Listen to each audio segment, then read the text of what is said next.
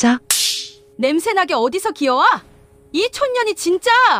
그 소리가 호텔 비상구 계단에 울려 퍼졌습니다. 제 고개가 힘없이 돌아갔습니다. 뺨이 불에 댄 것처럼 화끈거렸습니다. 입술이 터져 피가 배어 나왔습니다. 평생 자식을 위해 닳고 다른 이 거친 손이 부어오른 뺨을 감싸주며 덜덜 떨렸습니다. 눈앞에 선 건 제가 뼈 빠지게 키운 아들의 아내였습니다. 32살 며느리가 72살 시어머니의 뺨을 올려붙인 겁니다. 그것도 제 아들이 보는 앞에서요. 며느리는 도끼 어린 눈으로 저를 내려다보며 입을 열었습니다. 그 말이 뺨보다 더 아팠습니다. 저는 그 자리에 얼어붙었습니다. 며느리는 거기서 멈추지 않았습니다. 제 옷깃을 잡아 끌며 비상구 문 쪽으로 밀어붙였습니다. 내 동생 결혼식이야. 너 같은 거렁뱅이. 노인네가 올 자리 아니라고 당장 꺼져.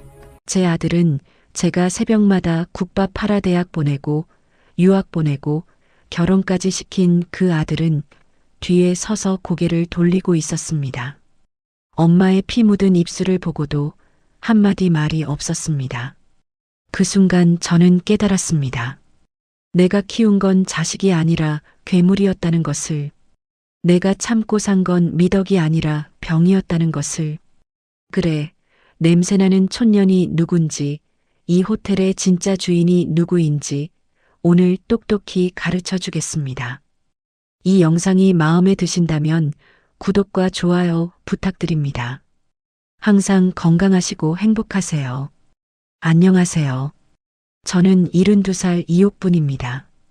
지금부터 제가 들려드릴 이야기는 평생을 자식에게 바친 어미가 어떻게 복수의 칼을 들게 되었는지에 관한 이야기입니다. 세상 사람들은 저를 경기도 외곽에서 텃밭이나 가꾸는 힘없는 노인으로 알고 있습니다. 며느리도 사돈도 심지어 제 아들까지도 그렇게 믿고 있습니다. 하지만 그들이 모르는 사실이 하나 있습니다. 저는 자산 1,500억 원 규모의 진수성찬 그룹 회장입니다. 전국에 12개의 호텔을 소유한 오너입니다. 제가 왜 이런 거짓말을 하며 살아왔는지 그 이야기를 들려드리겠습니다. 경기도 외곽의 허름한 농가 주택. 그곳이 제가 10년째 숨어 살고 있는 곳입니다. 매일 새벽 첫 딸기 울기도 전에 일어납니다. 흙 묻은 몸빼 바지를 입고 늘어난 티셔츠를 걸치고 텃밭으로 향합니다. 상추잎에 맺힌 이슬을 털어내고 고추겨순을 따내고 토마토 지지대를 다시 세웁니다. 영락없는 시골 할머니의 모습입니다. 동네 사람들은 저를 옥분이 할매라고 부릅니다. 가끔 시래기 한 봉지 나눠주면 고맙다며 허리를 굽히는 그런 평범한 노인으로 알고 있습니다. 하지만 텃밭일이 끝나면 저는 다른 사람이 됩니다. 낡은 앞치마 주머니 속에서 최신형 스마트폰을 꺼냅니다. 화면에 뜨는 건 주가 그래프와 결제 문서들입니다. 저는 구수한 사투리를 버리고 날카로운 표준어로 전화를 겁니다. 최상무, 이번 리모델링 자재 단가표 다시 가져와요. 3%가 비어요. 전화를 끊으면 다시 시골 노인으로 돌아갑니다. 이 이중 생활을 10년째 하고 있습니다. 왜 이런 거짓말을 시작했는지 지금도 가끔 스스로에게 묻습니다. 10년 전의 일입니다. 제 사업이 급성장하던 시기였습니다. 전국에 호텔 체인을 세우고 식자재 유통까지 손을 뻗었습니다. 돈이 물 밀려오듯 들어왔습니다. 하지만 그 돈이 제 아들을 망치고 있다는 걸 깨달았습니다. 아들 민준이는 대학에서 공부는 뒷전이고 고급 외제차를 끌고 다니며 유흥에 빠져 있었습니다. 친구들에게 수천만 원씩 쏘고 해외여행은 1등석만 고집했습니다. 엄마가 부자니까 내 인생은 편할 거라는 착각에 젖어 있었습니다. 저는 결심했습니다. 아들을 강하게 키우려면 시련을 줘야 한다고. 그래서 거짓말을 꾸몄습니다. 사업이 망했다. 빚쟁이에게 쫓기고 있다. 시골로 숨어야 한다. 그 거짓말을 믿은 아들은 처음엔 하늘이 무너지는 표정을 지었습니다. 하지만 곧 적응했습니다. 처가의 도움을 받으며 살기 시작했습니다. 저는 아들이 자수성가하길 바랐지만 아들은 다른 길을 택한 겁니다. 장인의 회사에 들어가 월급을 받고 처가 돈으로 아파트를 사고 점점 저와 멀어졌습니다. 그 사이 며느리가 들어왔습니다. 박세연이라는 이름의 32살 여자입니다. 처음 봤을 때부터 불길한 예감이 들었습니다. 눈빛이 차가웠습니다. 저를 훑어보는 시선에 경멸이 담겨 있었습니다. 아들이 저를 가난한 시골 노인이라고 소개했으니 며느리는 당연히 저를 무시했습니다. 하지만 그 무시가 이 정도일 줄은 몰랐습니다. 며느리는 결혼 초부터 시어머니를 짐짝 취급했습니다. 명절에 내려오라는 연락도 없었습니다. 혹시 제가 먼저 연락하면 귀찮다는 듯이 전화를 끊었습니다. 아들의 전화번호로 걸어도 마찬가지였습니다. 민준이는 언제나 처가 눈치를 보느라 바빴습니다. 엄마, 나중에 연락할게요. 그 말만 되풀이했습니다. 저는 그래도 참았습니다. 아들이 자리를 잡을 때까지 조금만 더 참자. 그렇게 10년을 버텼습니다. 그런데 그날 며느리에게서 전화가 왔습니다. 보통은 전화조차 하지 않는 며느리가 먼저 연락을 한 겁니다.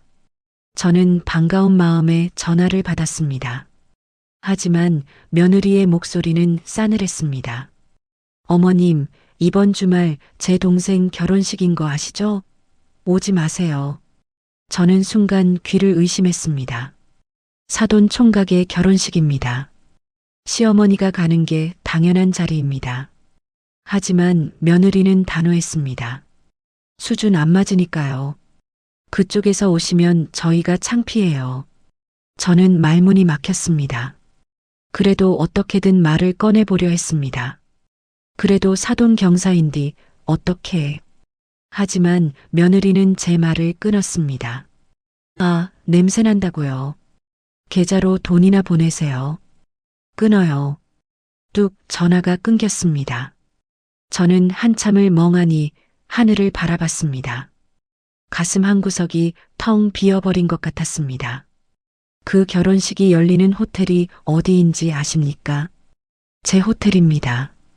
제가 20년 전에 땅을 사고 설계를 지휘하고 직원 한 명 한 명을 면접 봐서 뽑은 제 손으로 세운 호텔입니다. 그런데 그 호텔의 주인인 제가 오지 말라는 통보를 받은 겁니다. 그것도 시골에서 텃밭이나 가꾸는 가난한 노인 취급을 당하면서요. 저는 그 순간 무언가가 끊어지는 소리를 들었습니다. 10년간 참아온 인내의 끈이 팽팽하게 당겨지다가 결국 끊어져 버린 겁니다. 저는 결심했습니다. 이번만큼은 가만히 있지 않겠다고.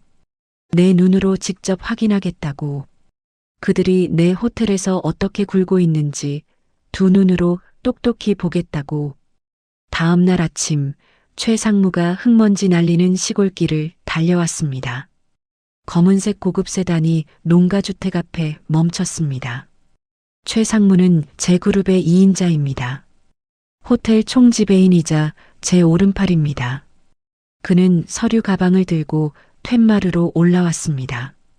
저는 흙 묻은 손을 털고 결제 서류에 만년필로 서명했습니다. 최상무가 조심스럽게 물었습니다. 회장님, 정말 그 차림으로 가시겠습니까? VIP석을 마련해 두겠습니다. 저는 고개를 저었습니다. 아니, VIP석은 필요 없습니다. 트럭 한 대만 준비해 주세요. 식자재 납품 차량으로요. 내 두 눈으로 직접 봐야겠습니다. 내 집구석에서 쥐새끼들이 어떻게 설치고 있는지. 최상무는 제 의중을 읽었는지 고개를 끄덕였습니다. 알겠습니다, 회장님. 모든 준비는 제가 하겠습니다. 그는 서류를 챙겨 돌아갔습니다. 저는 혼자 남아 아들에게 전화를 걸었습니다. 신호음이 길게 울렸습니다. 한참 만에 아들이 전화를 받았습니다. 목소리가 급했습니다. 엄마, 나 지금 바빠. 처남 결혼식 준비 때문에 정신이 없어. 나중에 전화할게. 저는 말을 꺼내보려 했습니다. 민준아, 엄마가 결혼식에. 하지만 아들은 제 말을 끊었습니다. 엄마, 미안한데 진짜 바빠. 끊어야 해. 뚝, 또 전화가 끊겼습니다. 저는 한숨을 내쉬었습니다. 씁쓸함이 가슴에 차올랐습니다. 하지만 동시에 전의가 솟았습니다. 그래, 좋아. 어디 한번 두고 보자. 저는 일부러 손톱 밑에 흙을 더 채워 넣었습니다. 가장 낡은 옷을 꺼내 입었습니다. 이것은 더 이상 가난의 상징이 아닙니다. 그들의 본성을 까발리기 위한 위장입니다. 가면 뒤에 숨은 진짜 얼굴을 드러내게 만들 미끼입니다. 결혼식 당일이 밝았습니다. 저는 식자재 납품 트럭을 타고 호텔에 도착했습니다. 정문이 아니라 직원 출입구로 들어갔습니다. 납품 기사 아저씨에게 부탁해 주방까지 동행했습니다.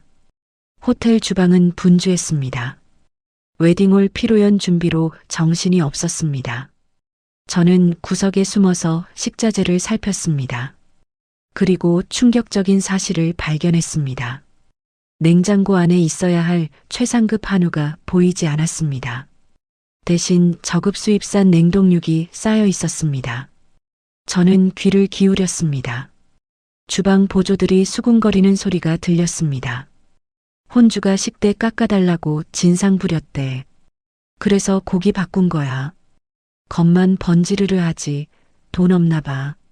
저는 이를 악물었습니다. 사돈 박태수가 돈을 아끼려 꼼수를 부린 겁니다. 제 호텔에서 제 손님들에게 싸구려 고기를 먹이고 있었습니다. 분노가 치밀었습니다. 하지만 저는 참았습니다. 아직 때가 아닙니다. 더 큰 그림을 봐야 합니다. 저는 주방을 빠져나와 연회장으로 향했습니다. 복도를 지나는데 익숙한 목소리가 들렸습니다. 사돈 박태수의 목소리였습니다.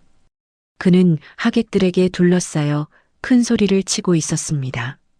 아이고, 우리 사위 불쌍하지. 빚쟁이 엄마 둬서 시골에 숨어 산다며?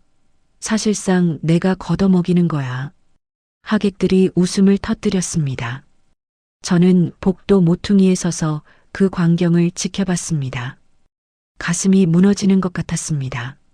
제가 10년간 숨기고 참아온 이유가 저렇게 조롱거리가 되고 있었습니다.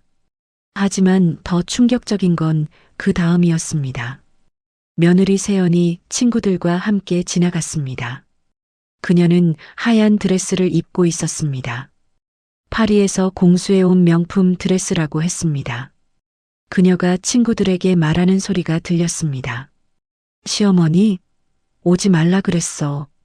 노망난 늙은이가 와봤자 창피하기만 하지. 친구들이 킥킥거리며 웃었습니다. 저는 주먹을 불끈 쥐었습니다. 더 이상 참을 수 없었습니다. 저는 며느리 앞에 모습을 드러냈습니다. 며느리는 저를 보자마자 얼굴이 굳었습니다.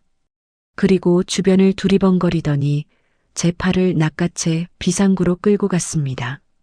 비상구 계단은 어둡고 서늘했습니다. 며느리는 문을 닫자마자 저를 몰아붙였습니다. 미쳤어요? 여기가 어디라고 기어와요? 그 꼴을 좀 봐. 저는 낮지만 단호한 목소리로 대답했습니다. 내 아들 처남 결혼식입니다. 시어머니가 오는 게 당연하지 않습니까? 며느리는 비웃음을 흘렸습니다. 당연해? 지금 그 꼴로 흙 묻은 손톱 좀 봐요. 역겨워서 어떻게 같은 공간에 있어요? 저는 한마디 더 했습니다. 그리고 내 건물 내가 다니는데 내 허락 필요 없습니다. 며느리의 눈이 커졌습니다. 뭐, 내 건물? 노망이 나도 단단히 났네. 돈 뜯어내러 온 거지? 그 순간 며느리의 손이 올라왔습니다. 저는 피하지 않았습니다. 짝 하는 소리가 비상구에 울려 퍼졌습니다. 뺨이 불에 댄 것처럼 화끈거렸습니다. 입술이 터져 피가 흘렀습니다. 저는 고개가 돌아간 채로 멈춰섰습니다. 며느리는 거기서 멈추지 않았습니다. 저를 밀어붙이며 소리쳤습니다. 당장 꺼져. 내가 여기 있으면 내 동생 결혼식 망친다고. 알아들어? 그때 비상구 문이 열렸습니다. 아들 민준이 헐레벌떡 뛰어들어왔습니다. 저는 아들을 바라봤습니다. 피 묻은 입술로 부어오른 뺨으로 아들의 눈을 똑바로 봤습니다. 아들은 제 얼굴을 보고 멈칫했습니다. 하지만 그의 입에서 나온 말은 제 가슴에 비수를 꽂았습니다. 엄마, 제발 나가 계세요. 장인어른 아시면 난리 나요. 저는 아들의 눈을 바라봤습니다. 그 눈에는 걱정도, 분노도, 미안함도 없었습니다. 오직 두려움만 있었습니다. 처가에 들킬까봐 두려워하는 비겁한 눈빛이었습니다. 저는 그 순간 깨달았습니다. 제가 10년간 기다려온 아들은 이미 제 곁을 떠난 지 오래라는 것을. 며느리는 승리자의 미소를 지었습니다.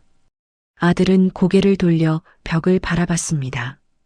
저는 홀로 비상구 계단에 서 있었습니다. 뺨은 불타오르고 가슴은 얼음처럼 차가웠습니다. 하지만 저는 울지 않았습니다. 대신 결심했습니다. 이제 엄마로서의 마지막 배려도 끝났습니다. 이제는 회장으로서 심판할 시간입니다. 저는 눈물 대신 피를 닦았습니다. 주머니에서 스마트폰을 꺼내 최 상무에게 문자를 보냈습니다. 준비해 시작한다. 최 상무에게서 곧바로 답장이 왔습니다. 알겠습니다, 회장님. 모든 것이 준비되어 있습니다. 저는 비상구 계단을 올라가 로비로 향했습니다. 결혼식은 한창이었습니다. 하객들이 웃고 떠들고 있었습니다. 사돈 박태수가 중앙에 서서 축사를 하고 있었습니다. 며느리 세연은 친구들과 함께 샴페인을 마시고 있었습니다. 아무도 저를 알아보지 못했습니다. 흙 묻은 몸빼 바지를 입은 시골 노인은 그들의 눈에 들어오지 않았습니다. 저는 로비 한 구석에 서서 그들을 바라봤습니다. 제 호텔에서 제 돈으로 빌려준 자금으로 제 아들을 기죽이며 파티를 벌이고 있었습니다. 저는 조용히 미소를 지었습니다. 곧 모든 것이 바뀔 겁니다. 촌년이라고 불린 이 노인이 누구인지, 이 호텔의 진짜 주인이 누구인지 그들은 곧 알게 될 겁니다. 저는 로비를 가로질러 걸어갔습니다. 며느리가 저를 발견했습니다. 그녀의 얼굴이 분노로 일그러졌습니다. 그녀가 친구들에게 뭐라고 속삭였습니다. 친구들이 저를 손가락질하며 수군거렸습니다. 며느리가 성큼성큼 다가왔습니다. 아직도 안 갔어? 경비 불러서 끌어낼까? 저는 대답하지 않았습니다. 대신 며느리의 눈을 똑바로 바라봤습니다. 며느리는 제 눈빛에서 뭔가 이상한 기운을 느꼈는지 잠시 멈칫했습니다. 하지만 곧 기세등등하게 말을 이었습니다. 시어머니가 이 모양이니 아들이 저 모양이지. 진짜 역겨워. 그때 사돈 박태수가 다가왔습니다. 그는 저를 위아래로 훑어보며 코웃음을 쳤습니다. 아니, 이게 누구야? 시골에서 숨어 살던 사돈이 왜 여기까지 왔어? 돈 뜯어내러 온 거야? 하객들이 웃음을 터뜨렸습니다. 박태수는 보안팀에게 손짓했습니다. 야, 당장 이 거렁뱅이 노인네 끌어내. 경찰 불러. 보안 요원들이 저를 둘러쌌습니다. 모두가 저를 범죄자 취급했습니다. 하객들이 스마트폰을 들고 촬영했습니다. 며느리는 뒤에서 비웃음을 흘렸습니다.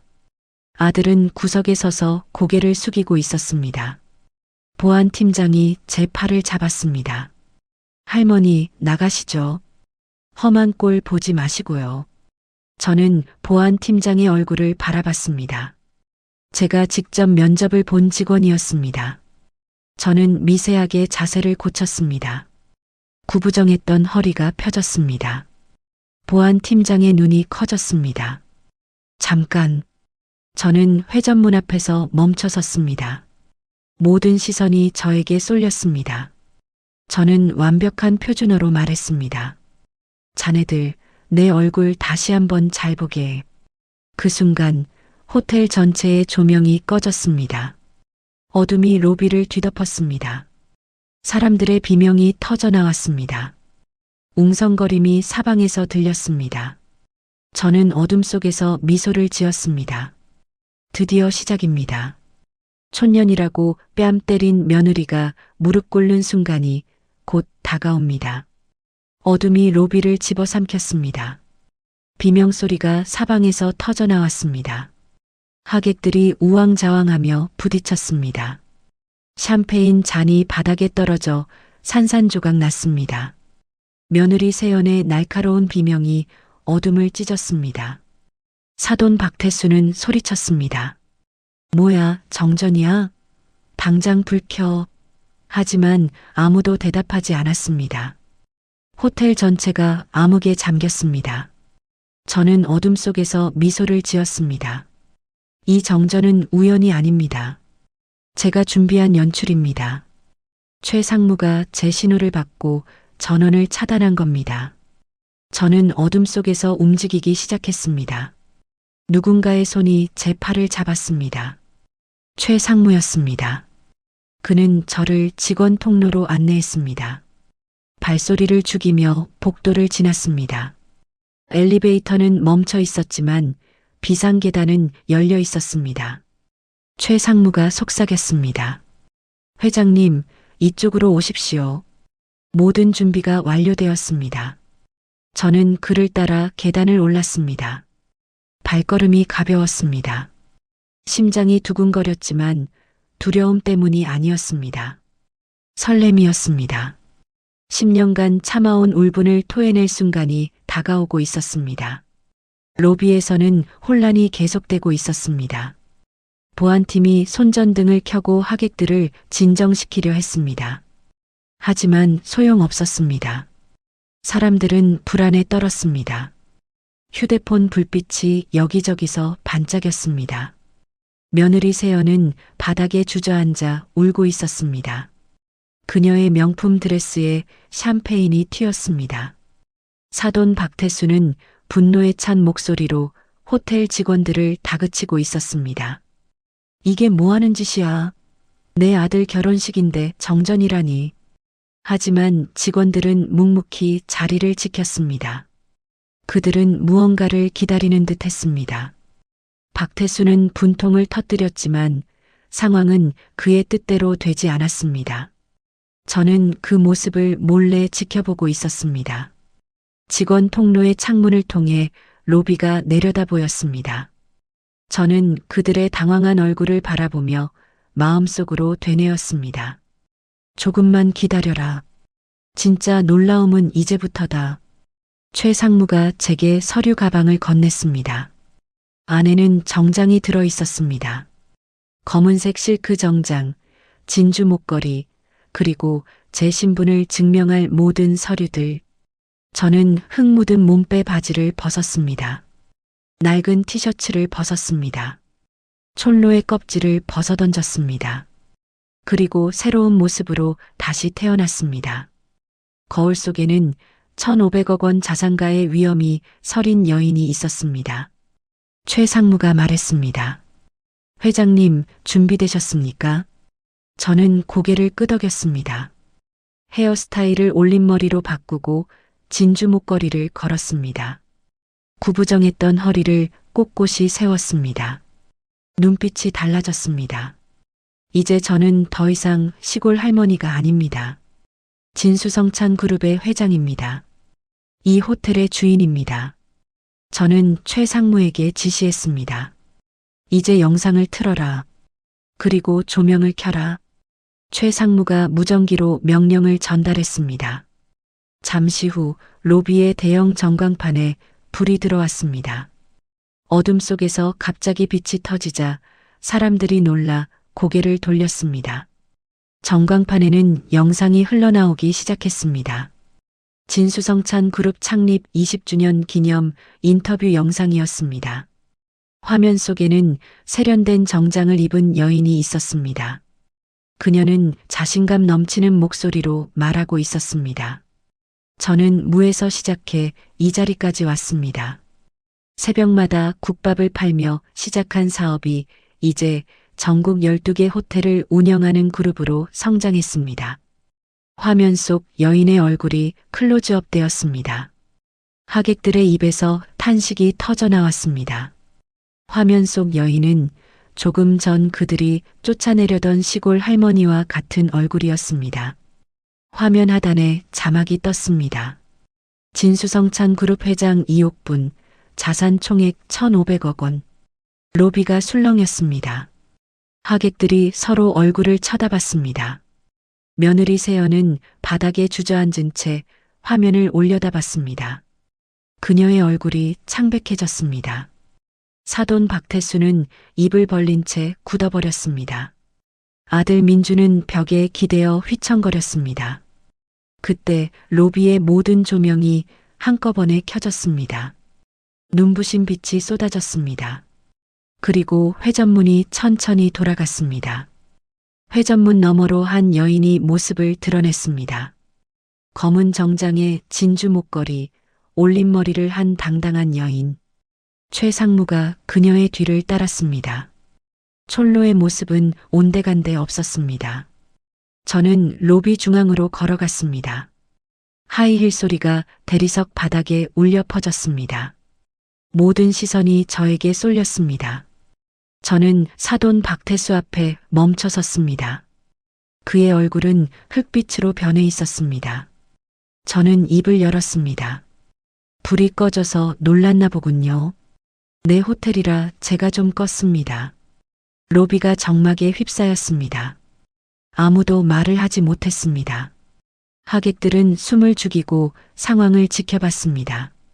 며느리 세연은 바닥에서 일어나려다가 다시 주저앉았습니다. 그녀의 다리에 힘이 풀린 것 같았습니다.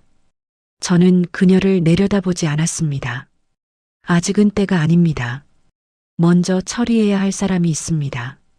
저는 서류 봉투를 꺼내 박태수 앞에 던졌습니다. 서류들이 바닥에 흩어졌습니다. 박태수는 떨리는 손으로 서류를 집어들었습니다. 그의 얼굴이 더욱 창백해졌습니다. 서류에는 그가 빌려간 모든 돈의 내역이 적혀 있었습니다. 투자금 사채, 이자 연체 내역. 그 모든 돈의 출처가 제 투자회사였습니다. 저는 말했습니다. 사돈어른, 아니 박태수 씨, 제 투자회사에서 빌려간 50억, 이자가 6개월째 밀리셨더군요. 박태수의 입술이 바들바들 떨렸습니다. 그는 말을 잇지 못했습니다. 하객들이 수군거리기 시작했습니다. 저 사람이 빚이 있었어? 건설사 사장이라며? 뭐야, 빈껍데기였던 거야? 박태수의 체면이 바닥에 떨어지고 있었습니다. 저는 거기서 멈추지 않았습니다. 최상무에게 손짓했습니다. 최상무가 또 다른 화면을 전광판에 띄웠습니다. 주방에서 촬영한 CCTV 영상이었습니다. 화면에는 최상급 한우 대신 수입산 냉동육이 쌓여 있는 모습이 보였습니다. 그리고 주방 보조들의 대화가 흘러나왔습니다. 혼주가 식대 깎아달라고 진상 부렸대. 그래서 고기 바꾼 거야. 로비가 술렁였습니다. 하객들이 서로 얼굴을 쳐다봤습니다. 우리가 먹은 게 가짜 한우였단 말이야? 박태수가 돈 아끼려고 속인 거야? 박태수의 얼굴이 시뻘겋게 달아올랐습니다. 그는 변명하려 했지만 증거 앞에서 할 말이 없었습니다. 저는 차갑게 말했습니다. 내 호텔에서 내 돈 빌려다가 내 아들 기죽이고 싸구려 고기로 손님들 속여? 이게 당신네들이 말하는 수준입니까? 박태수의 무릎이 꺾였습니다. 그는 그 자리에 주저앉았습니다. 그리고 두 손을 모아 빌기 시작했습니다. 사돈, 아니 회장님, 제가 죽을 죄를 졌습니다. 한 번만 살려주십시오. 저는 그를 내려다봤습니다. 10년간 저를 조롱하고 비웃던 남자가 이제 무릎을 꿇고 있었습니다. 하지만 저는 아직 분이 풀리지 않았습니다. 진짜 심판해야 할 사람은 따로 있습니다. 저는 고개를 돌려 며느리 세연을 바라봤습니다. 세연은 바닥에 주저앉은 채 덜덜 떨고 있었습니다. 그녀의 얼굴은 백지장처럼 하얗게 질려 있었습니다. 파리에서 공수했다던 명품 드레스는 구겨지고 더럽혀져 있었습니다. 그녀의 화려함은 이미 빛을 잃었습니다. 저는 천천히 그녀에게 다가갔습니다. 하이힐 소리가 한 발짝 한 발짝 울려 퍼졌습니다. 세연은 뒷걸음질 치려 했지만 이미 벽에 등이 닿아 있었습니다. 저는 그녀 앞에 멈춰 섰습니다. 그리고 뺨에 남은 손자국을 가리켰습니다. 아직도 붉게 부어 있었습니다. 터진 입술에서는 피가 말라붙어 있었습니다.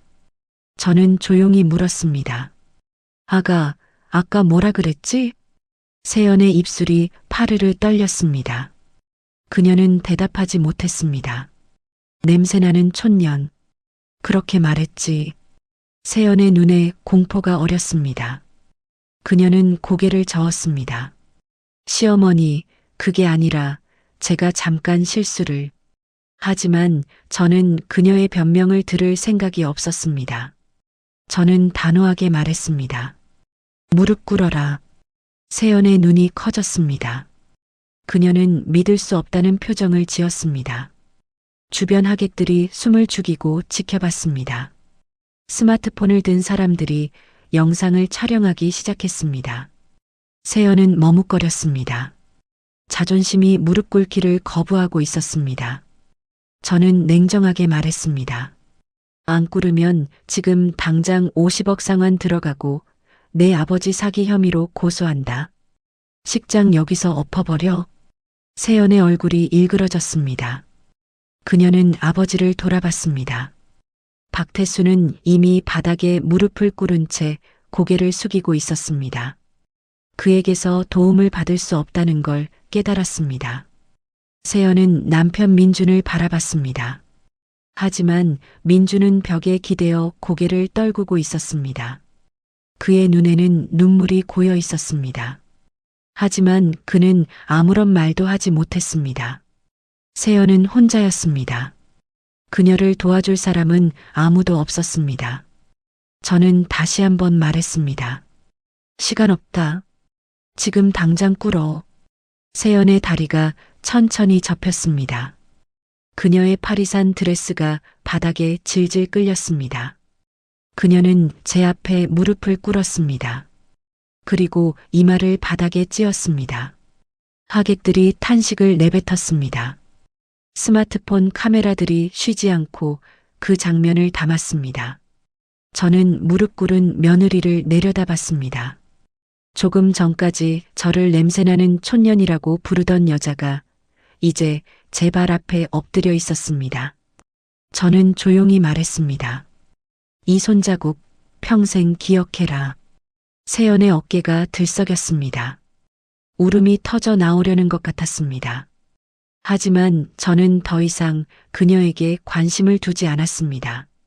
저는 아들 민준을 바라봤습니다. 민준은 벽에 기대어 서 있었습니다. 그의 얼굴은 눈물로 젖어 있었습니다. 저와 눈이 마주치자 그는 고개를 떨궜습니다. 저는 천천히 그에게 다가갔습니다. 민준은 떨리는 목소리로 말했습니다. 엄마, 저 정말 몰랐어요. 엄마가 이렇게... 저는 그의 말을 끊었습니다. 내가 몰랐던 건 내 정체가 아니야. 내가 몰랐던 건 내 비겁함이지. 민준의 눈에서 눈물이 흘러내렸습니다. 그는 무너지듯 제 앞에 주저앉았습니다. 엄마, 잘못했어요. 제가 정말 잘못했어요. 저는 아들을 내려다봤습니다. 가슴이 아팠습니다. 하지만 이 아픔은 동정 때문이 아니었습니다. 실망 때문이었습니다. 제가 평생을 바쳐 키운 아들이 처가 눈치를 보느라 어머니가 뺨 맞는 것을 외면했습니다. 저는 조용히 말했습니다. 오늘부로 내 처갓집과는 끝이다. 그리고 너도 밑바닥부터 다시 시작해야 한다. 민준이 고개를 끄덕였습니다. 그의 눈에는 더 이상 변명이 없었습니다. 오직 후회만 가득했습니다. 저는 마지막으로 로비를 둘러봤습니다. 박태수는 바닥에 엎드린 채 용서를 빌고 있었습니다. 세연은 무릎을 꿇은 채 울고 있었습니다. 하객들은 스마트폰으로 이 모든 장면을 촬영하고 있었습니다. 저는 최 상무에게 고개를 끄덕였습니다. 저는 회전문을 향해 걸어갔습니다. 하이힐 소리가 조용한 로비에 울려 퍼졌습니다. 등 뒤에서 박태수의 애걸하는 목소리가 들렸습니다. 하지만 저는 뒤돌아보지 않았습니다. 회전문을 밀고 밖으로 나갔습니다. 밖에는 최 상무가 준비한 차가 기다리고 있었습니다. 차에 오르기 전 저는 호텔을 올려다봤습니다. 제가 20년 전에 직접 설계를 지휘하고 땅을 사고 한 층 한 층 쌓아 올린 호텔입니다. 오늘 이 호텔에서 저는 촌년이라는 소리를 들었습니다. 뺨을 맞았습니다. 쫓겨나라는 소리를 들었습니다. 하지만 결국 저는 제 자리를 되찾았습니다. 저는 차에 올라탔습니다. 최 상무가 운전석에 앉았습니다. 차가 천천히 출발했습니다. 뒤로 사라지는 호텔을 바라보며 저는 생각했습니다. 이제 시작입니다. 오늘은 서막에 불과합니다. 박태수의 회사를 조사해야 합니다. 세연의 행실을 세상에 알려야 합니다. 그리고 무엇보다 제 아들을 다시 세워야 합니다. 저는 창밖을 바라봤습니다. 해가 저물고 있었습니다. 하지만 제 가슴 속에는 새로운 아침이 떠오르고 있었습니다. 10년간의 인내가 끝났습니다. 이제는 제 방식대로 살 차례입니다. 차가 도심을 빠져나갔습니다. 저는 눈을 감았습니다. 오늘 있었던 일들이 머릿속을 스쳐 지나갔습니다. 며느리의 손바닥이 제 뺨을 가르던 순간, 아들이 고개를 돌리던 순간, 그리고 며느리가 제 앞에 무릎을 꿇던 순간, 그 모든 순간들이 하나의 끈으로 이어져 있었습니다. 차가 도심을 빠져나가는 동안 저는 창밖을 바라봤습니다. 어둠이 내려앉은 거리에 가로등 불빛이 줄지어 흘러갔습니다. 하지만 제 마음속은 오히려 환하게 밝아오고 있었습니다. 10년간 억눌러왔던 울분이 비로소 터져나온 것 같았습니다. 그러나 이것은 끝이 아니었습니다. 시작에 불과했습니다. 최 상무가 조심스럽게 입을 열었습니다. 회장님, 호텔 로비에서 촬영된 영상이 이미 인터넷에 퍼지고 있습니다. 저는 고개를 끄덕였습니다. 예상했던 일입니다. 하객들이 스마트폰으로 촬영하는 것을 분명히 봤습니다. 세연이 제 앞에 무릎 꿇는 장면, 박태수가 용서를 비는 장면, 그 모든 것이 세상에 공개될 겁니다. 저는 최 상무에게 지시했습니다. 박태수 건설사의 재정 상태를 다시 점검해 주세요. 그리고 50억 원 채권 회수 절차를 시작하세요. 최 상무가 알겠습니다. 하고 대답했습니다. 저는 다시 창밖을 바라봤습니다. 이제 본격적인 정리가 시작됩니다. 그날 밤 저는 경기도 외곽의 농가주택으로 돌아가지 않았습니다. 대신 서울 시내의 그룹 본사 건물로 향했습니다. 그곳에 제 집무실이 있습니다. 10년간 최 상무가 관리해온 공간이지만 오늘부터는 제가 직접 사용할 겁니다. 엘리베이터를 타고 최상층으로 올라갔습니다. 통유리 너머로 서울의 야경이 펼쳐졌습니다. 반짝이는 불빛들이 마치 보석처럼 빛났습니다. 저는 책상에 앉아 서류들을 펼쳤습니다. 박태수에게 빌려준 50억 원의 내역서였습니다. 그는 건설 사업 자금이 필요하다며 손을 내밀었습니다. 물론 저는 정체를 숨기고 투자회사 명의로 돈을 빌려줬습니다. 박태수는 제가 그 투자회사의 실소유주인 줄 꿈에도 몰랐습니다. 그는 시골에서 텃밭이나 가꾸는 가난한 사돈으로만 저를 알고 있었으니까요. 서류를 넘기며 저는 박태수의 재정 상태를 확인했습니다. 상황은 제가 생각했던 것보다 심각했습니다. 그의 건설사는 이미 적자에 허덕이고 있었습니다. 여러 곳에서 돈을 끌어다 쓴 흔적이 역력했습니다. 이자조차 제때 갚지 못하고 있었습니다. 겉으로는 부자인 척했지만 속은 완전히 골마 있었습니다. 저는 쓴웃음을 지었습니다. 이런 집안에 제 아들을 맡겨뒀다니.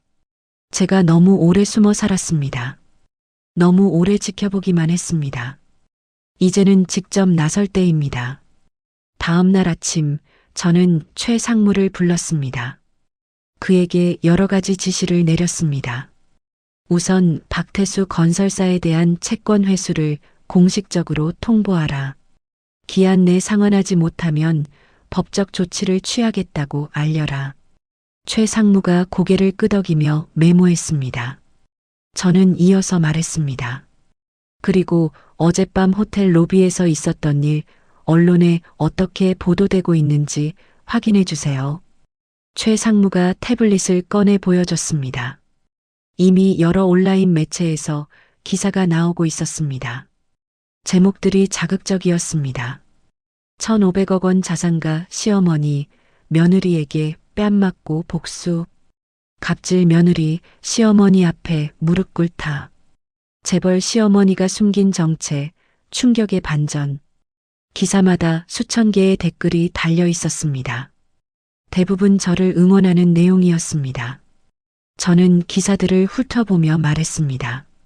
세연 씨의 신상은 공개되었나요? 최 상무가 고개를 끄덕였습니다.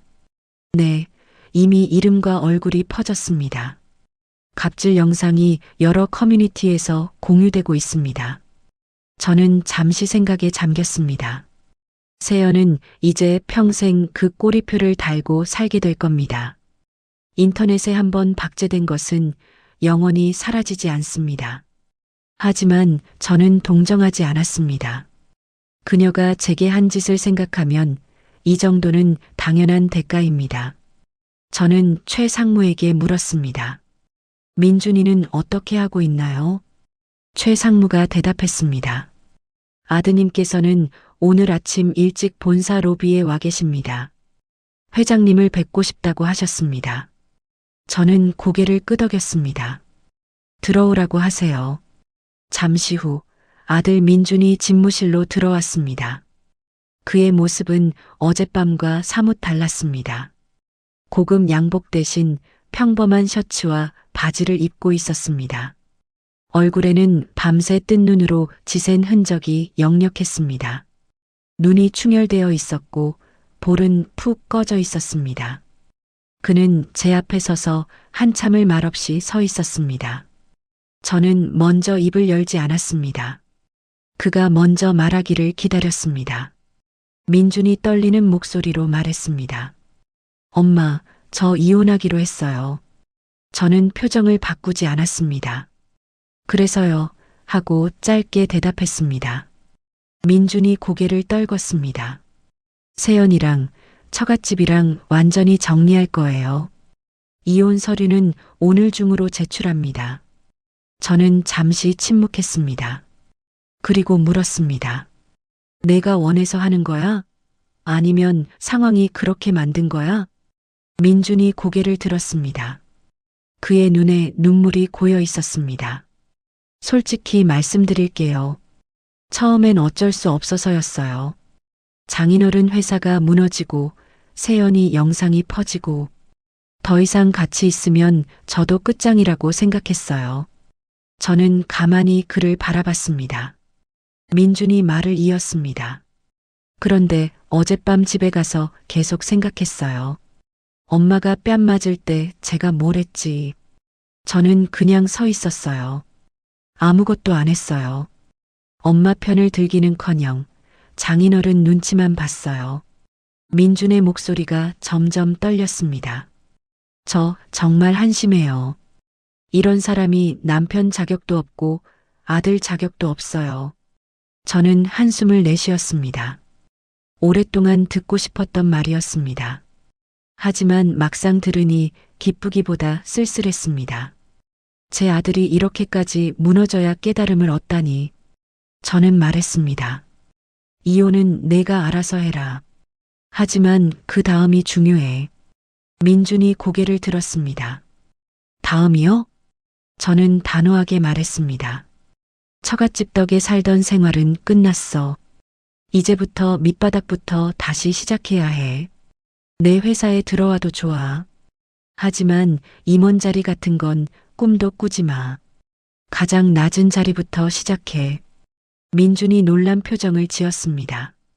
하지만 곧 고개를 끄덕였습니다. 네, 엄마. 그렇게 할게요. 저는 그를 바라보며 마지막으로 말했습니다. 내가 정말 달라졌는지 앞으로 지켜볼 거야. 말이 아니라 행동으로 보여줘. 민준이 깊이 고개를 숙였습니다. 그의 어깨가 들썩였습니다. 울고 있는 것 같았습니다. 저는 아들의 울음을 지켜보며 생각했습니다. 아직 희망이 있을지도 모릅니다. 이 아이가 정말 변할 수 있다면 제가 10년간 참아온 보람이 있을 겁니다. 그날 오후 박태수에게 공식 통보가 전달되었습니다. 채권 회수 절차가 시작되었다는 내용이었습니다. 박태수는 충격을 받았습니다. 그는 투자회사에 전화를 걸어 사정을 호소했습니다. 기한을 좀 늘려달라. 이자만이라도 먼저 내겠다. 온갖 변명을 늘어놓았습니다. 하지만 투자회사 측은 단호했습니다. 이미 여러 차례 기회를 드렸습니다. 더 이상의 유예는 없습니다. 박태수는 다른 곳에서 돈을 구하려 했습니다. 하지만 은행들은 이미 그의 신용 상태를 파악하고 있었습니다. 아무도 돈을 빌려주지 않았습니다. 사채업자들에게 손을 내밀었지만 그들조차 고개를 저었습니다. 박태수 건설사가 곧 부도날 거라는 소문이 업계에 퍼져 있었습니다. 저는 그 상황을 최 상무를 통해 보고받았습니다. 박태수가 궁지에 몰리고 있었습니다. 그가 지은 죗값을 치르기 시작한 겁니다. 저는 냉정하게 말했습니다. 예정대로 진행하세요. 그에게 자비를 베풀 이유가 없습니다. 며칠이 지났습니다. 세연의 상황도 나빠지고 있었습니다. 인터넷에 퍼진 갑질 영상 때문에 그녀는 어디를 가도 손가락질을 받았습니다. 동네 마트에 장을 보러 갔다가 사람들의 수군거림에 도망치듯 나왔다는 이야기가 들렸습니다. 친구들은 연락을 끊었습니다. 명품 매장에서도 그녀를 알아보고 입장을 거부했다는 소문이 돌았습니다. 세연은 이혼을 피할 수 없었습니다. 민준이 먼저 이혼 소송을 제기했습니다. 세연은 위자료를 요구했지만 그녀의 갑질 영상이 증거로 제출되면서 상황이 뒤집혔습니다. 오히려 세연 측이 위자료를 지불해야 할 처지가 되었습니다. 물론 그녀에게는 그 돈을 낼 능력이 없었습니다. 아버지 박태수의 회사가 무너지면서 그녀가 기대던 재력도 사라졌습니다. 저는 그 모든 상황을 지켜보며 생각했습니다. 인과응보라는 말이 있습니다. 뿌린 대로 거두는 법입니다. 세연은 시어머니를 짓밟으며 자신의 화려함을 뽐냈습니다. 하지만 그 화려함은 모래 위에 지은 성이었습니다. 바람이 불자 한순간에 무너져 내렸습니다. 박태수의 건설사는 결국 부도 처리되었습니다. 그가 쌓아온 모든 것이 한순간에 사라졌습니다. 집도 차도 명예도 모두 잃었습니다. 그는 빚쟁이들에게 쫓기는 신세가 되었습니다. 바로 그가 제게 했던 말 그대로 빚쟁이에게 쫓기는 처지가 된 겁니다. 저는 박태수를 동정하지 않았습니다. 그는 제 아들 앞에서 저를 조롱했습니다. 빚쟁이 엄마를 둬서 불쌍하다고 비웃었습니다. 자신이 제 아들을 걷어 먹인다고 큰 소리쳤습니다. 이제 그 오만함의 대가를 치르는 겁니다. 세연도 새로운 삶을 시작해야 했습니다. 하지만 그 삶은 그녀가 상상했던 것과 정반대였습니다. 명품 드레스 대신 마트 유니폼을 입어야 했습니다. 고급 레스토랑 대신 구내식당에서 밥을 먹어야 했습니다. 그녀는 작은 마트의 계산원으로 취직했습니다. 하루 종일 서서 일하며 겨우 생활비를 벌었습니다. 아버지의 빚을 갚기 위해 월급의 대부분을 내놓아야 했습니다. 저는 그 소식을 듣고도 가슴이 시원하지만은 않았습니다. 복수가 이루어졌지만 공허함도 함께 밀려왔습니다. 저는 생각했습니다. 이것이 제가 원했던 결말인가? 분명 통쾌했습니다. 하지만 동시에 씁쓸했습니다. 10년간의 인내가 이런 결말을 위한 것이었나? 저는 스스로에게 물었습니다. 하지만 답은 금방 나왔습니다. 제가 원했던 것은 복수가 아니었습니다. 제가 진정 원했던 것은 제 아들이 제대로 된 사람이 되는 것이었습니다. 저는 민준을 바라봤습니다. 그는 약속대로 제 그룹의 가장 낮은 자리에서 일을 시작했습니다. 호텔 주방에 보조로 들어갔습니다. 설거지를 하고 식자재를 나르고 바닥을 닦았습니다. 처음에는 서툴렀습니다. 실수도 많았습니다. 하지만 그는 포기하지 않았습니다. 저는 몰래 그의 모습을 지켜봤습니다. 새벽에 출근해서 밤늦게까지 일하는 아들의 모습을, 손에 물집이 잡히고 허리가 아파 절뚝거리면서도 묵묵히 일하는 모습을, 저는 그 모습을 보며 조금씩 마음이 풀렸습니다. 이 아이가 변하고 있습니다. 진짜로 변하고 있습니다. 여러 달이 지났습니다. 계절이 바뀌었습니다. 저는 다시 경기도 외곽의 농가주택으로 돌아왔습니다. 하지만 이번에는 숨어 사는 게 아니었습니다. 그냥 이곳이 편해서 온 겁니다. 텃밭의 흙을 만지며 마음을 가라앉혔습니다. 새벽 공기를 마시며 하루를 시작했습니다. 어느 날 민준이 찾아왔습니다. 양평의 시골길을 달려온 그는 손에 장바구니를 들고 있었습니다.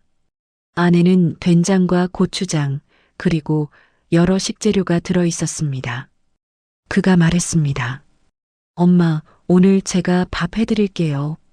저는 놀랐습니다. 이 아이가 요리를 할 줄 안다니. 민주는 서툴지만 정성스럽게 된장찌개를 끓였습니다. 두부를 넣고 호박을 썰어 넣고 파를 송송 썰어 넣었습니다. 냄비에서 보글보글 소리가 났습니다. 구수한 냄새가 부엌에 가득 찼습니다. 저는 상을 차린 민준을 바라봤습니다. 불과 몇 달 전만 해도 처갓집 눈치만 보던 비겁한 아들이었습니다. 엄마가 맞아도 외면하던 못난 자식이었습니다. 하지만 지금 제 앞에 있는 사람은 달랐습니다. 손에 물집 자국이 남아있고 얼굴이 햇볕에 그을려 있었습니다. 하지만 눈빛은 맑았습니다. 민준이 국자로 찌개를 떠서 제 앞에 놓았습니다. 엄마, 간 좀 봐주세요. 저는 숟가락을 들어 국물을 맛봤습니다. 조금 짰습니다. 하지만 저는 미소를 지었습니다. 짜다. 그래도 먹을 만하네. 민준이 멋쩍게 웃었습니다. 저도 함께 웃었습니다. 그 순간 오랫동안 얼어있던 무언가가 녹아내리는 것을 느꼈습니다. 우리 모자는 마주 앉아 된장찌개를 먹었습니다. 말은 많이 하지 않았습니다. 하지만 그 침묵이 불편하지 않았습니다. 오히려 편안했습니다. 밥을 먹고 나서 저는 툇마루에 앉아 하늘을 바라봤습니다. 해가 저물고 있었습니다. 저녁놀이 하늘을 붉게 물들이고 있었습니다. 민준이 제 옆에 앉았습니다. 우리는 나란히 앉아 노을을 바라봤습니다.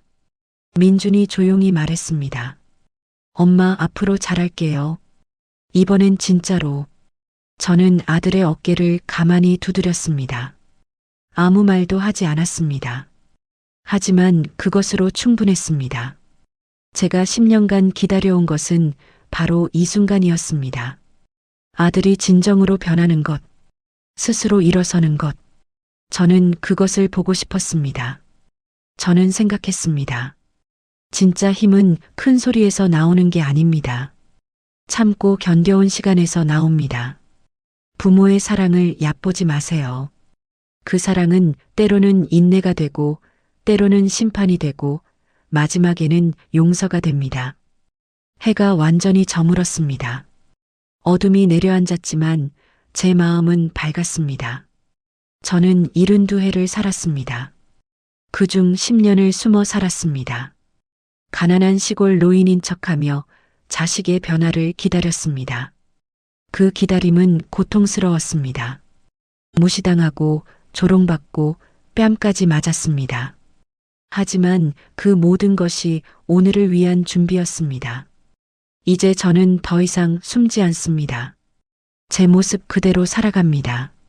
1,500억 원 자산가로서가 아니라 한 아들의 어머니로서 흙 묻은 손을 부끄러워하지 않습니다. 이 손은 평생을 일해온 훈장이니까요. 저는 이 시골집에서 남은 인생을 보낼 겁니다. 텃밭을 가꾸고 하늘을 바라보며 살 겁니다. 그리고 가끔 아들이 끓여주는 된장찌개를 먹을 겁니다. 촌년이라고 뺨 때린 며느리. 그녀는 이제 자신의 선택의 대가를 치르고 있습니다. 저를 조롱했던 사돈. 그도 무너진 삶 속에서 허우적대고 있습니다.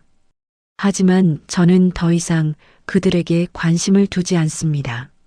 제 앞에는 새로운 시작이 기다리고 있습니다.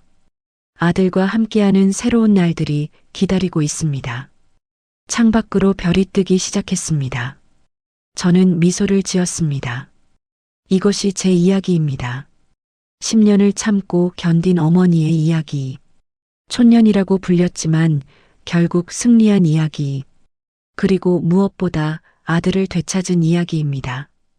별빛 아래에서 아들과 나란히 앉아있던 그 밤이 지나고 계절이 여러 번 바뀌었습니다. 저는 양평의 시골집에서 평온한 나날을 보내고 있었습니다. 하지만 세상은 그렇게 조용하지 않았습니다. 제가 뿌린 씨앗들이 하나둘 열매를 맺기 시작했습니다. 박태수의 건설사는 결국 완전히 무너졌습니다. 부도 처리가 확정되고 그가 소유했던 모든 재산이 경매에 넘어갔습니다. 그가 그토록 자랑하던 강남의 고급 아파트도 수입 외제차도 골프 회원권도 모두 사라졌습니다. 채권자들이 줄을 섰습니다. 하지만 갚아야 할 빚에 비하면 재산은 턱없이 부족했습니다. 저는 그 소식을 최 상무에게 전해 들었습니다. 박태수 씨가 지방의 작은 원룸으로 이사했다고 합니다. 더 이상 명함을 내밀 곳도 없고 그를 아는 척하는 사람도 없다고 합니다. 저는 담담하게 고개를 끄덕였습니다. 그가 제게 했던 말이 떠올랐습니다. 빚쟁이 엄마를 둬서 불쌍하다던 그 조롱. 이제 그 말이 고스란히 그에게 돌아간 겁니다. 세연의 삶도 완전히 달라져 있었습니다. 화려했던 과거는 온데간데 없이 사라졌습니다. 그녀는 작은 동네의 마트에서 계산원으로 일하고 있었습니다. 하루 종일 서서 바코드를 찍고 손님들에게 고개를 숙여야 했습니다. 파리에서 공수했다던 드레스 대신 빨간 앞치마를 두르고 있었습니다. 더 힘든 건 사람들의 시선이었습니다. 인터넷에 퍼진 갑질 영상은 영원히 사라지지 않았습니다. 마트 손님 중 누군가가 그녀를 알아보면 수군거림이 시작되었습니다. 저 사람이야, 시어머니 뺨 때린 그 여자. 세연은 고개를 숙인 채 묵묵히 일했습니다. 도망칠 곳이 없었습니다. 그녀의 과거가 평생 그림자처럼 따라다녔습니다. 저는 그 소식을 듣고도 마음이 흔들리지 않았습니다. 동정은 없었습니다. 그녀가 저를 촌년이라 부르며 뺨을 때리던 순간을 기억합니다. 그녀의 차가운 눈빛과 경멸 어린 목소리를 기억합니다. 그것이 인과응보입니다. 뿌린 대로 거두는 것입니다. 하지만 제가 진정으로 관심을 가진 것은 다른 곳에 있었습니다. 바로 제 아들 민준이었습니다. 그는 약속대로 호텔 주방 보조로 일을 시작했습니다. 처음에는 모든 것이 낯설었습니다. 무거운 식자재 상자를 나르고 끝없이 쌓이는 설거지를 하고 새벽부터 밤까지 쉼 없이 움직여야 했습니다. 저는 가끔 몰래 호텔에 들러 그의 모습을 지켜봤습니다. 땀에 젖은 셔츠, 물집이 잡힌 손, 피곤에 찌든 얼굴. 하지만 그의 눈빛은 달랐습니다. 예전의 나약하고 비겁한 눈빛이 아니었습니다. 무언가를 향해 나아가는 사람의 눈빛이었습니다. 주방장이 저에게 보고했습니다. 민준 씨가 열심히 합니다.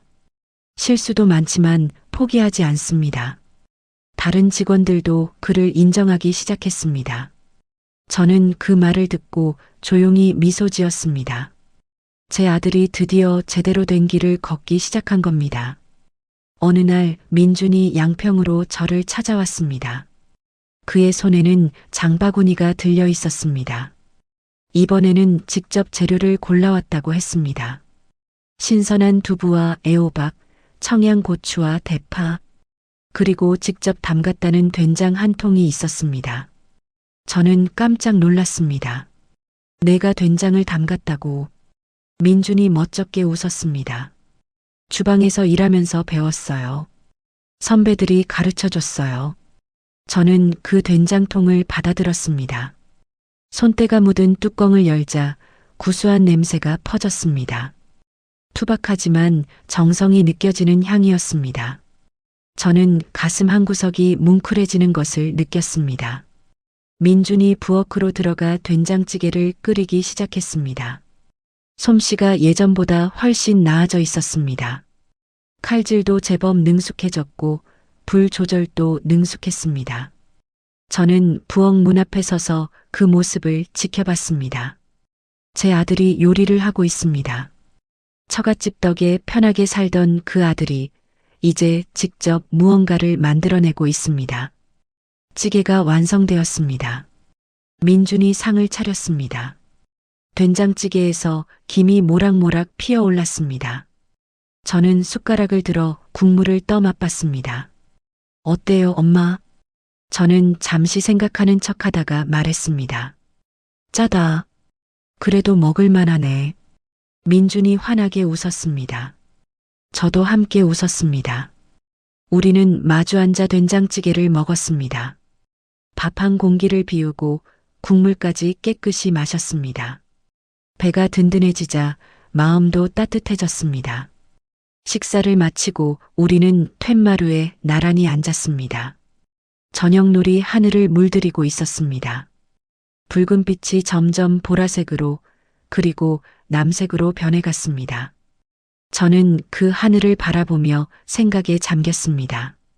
10년이라는 시간이 흘렀습니다. 그 시간 동안 저는 많은 것을 참고 견뎠습니다. 무시당하고 조롱받고 뺨까지 맞았습니다. 하지만 그 모든 것이 헛되지 않았습니다. 제 아들이 변했습니다. 더 이상 처갓집 눈치를 보지 않습니다. 스스로 두 발로 서기 시작했습니다. 민준이 조용히 말했습니다. 엄마 고마워요. 포기하지 않아줘서. 저는 아들의 어깨에 손을 얹었습니다. 고마운 건 나야. 내가 돌아와줘서. 우리는 한참 동안 말없이 앉아 있었습니다. 별이 하나둘 떠오르기 시작했습니다. 바람이 불어왔습니다. 시원하고 상쾌한 바람이었습니다. 저는 제 인생을 돌아봤습니다. 새벽마다 국밥을 팔며 시작한 사업, 손톱 밑에 낀 검은 때를 훈장처럼 여기며 일했던 날들, 1,500억 원이라는 자산을 일궜지만 그것보다 더 소중한 것이 있다는 걸 깨달았습니다. 바로 가족입니다.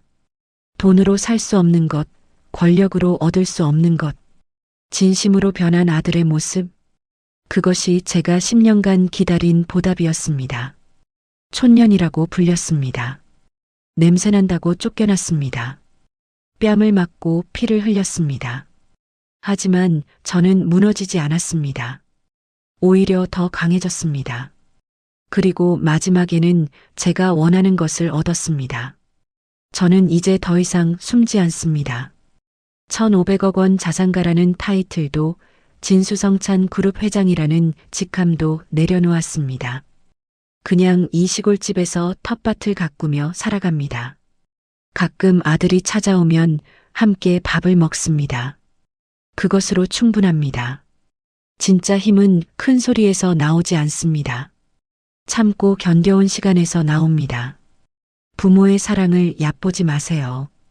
그 사랑이 돌아서면 가장 무서운 심판이 됩니다. 하지만 그 사랑이 받아들여지면 가장 따뜻한 용서가 됩니다. 오늘 제 이야기는 여기서 끝입니다. 긴 이야기를 끝까지 들어주셔서 감사합니다. 여러분의 가정에도 항상 사랑과 화해가 깃들기를 바랍니다. 이 영상이 마음에 드셨다면 좋아요와 구독 버튼을 눌러주세요. 여러분의 응원이 더 좋은 이야기를 만드는 힘이 됩니다. 항상 건강하시고 행복하세요. 감사합니다.